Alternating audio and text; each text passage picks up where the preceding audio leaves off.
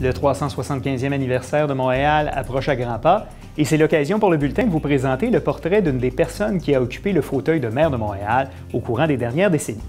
Et aujourd'hui, on se déplace au début du 20e siècle, alors qu'on s'attarde à un homme d'affaires anglophone, propriétaire d'une importante brasserie de Montréal et qui fut maire de la métropole durant une période d'agitation sociale. Voici le portrait du 28e maire de Montréal, Henry Archer Eckers. Né en 1855 à Montréal, Henry Archer Eckers grandit dans une famille de la bourgeoisie industrielle anglophone et fait ses études au Collegiate School. Dès son adolescence, il travaille pour l'entreprise de son père, la brasserie Eckers. Située sur le boulevard Saint-Laurent, il s'agit, à l'époque, de l'une des plus importantes brasseries au Québec. À l'âge de 34 ans, il prendra la relève de son père à la tête de l'entreprise. Il y demeurera une trentaine d'années. En 1909, il a contribué à la fondation de la National Breweries, un consortium d'une quinzaine de brasseries, dont certaines très célèbres, comme les brasseries Dawes et Dahl. Ce conglomérat fut racheté par la brasserie Carling O'Keefe en 1967.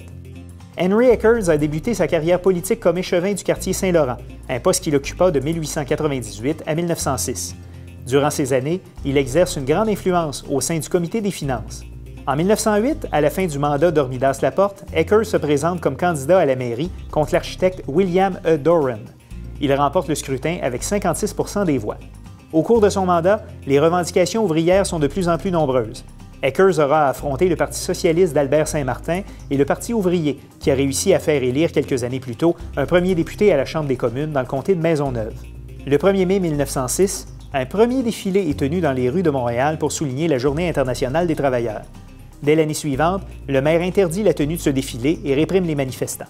En parallèle, plusieurs institutions d'importance ont été fondées durant cette même période, que ce soit par des promoteurs privés ou des congrégations religieuses. Parmi celles-ci, soulignons l'École des hautes études commerciales, l'Hippodrome Blue Bonnets et l'Hôpital Sainte-Justine.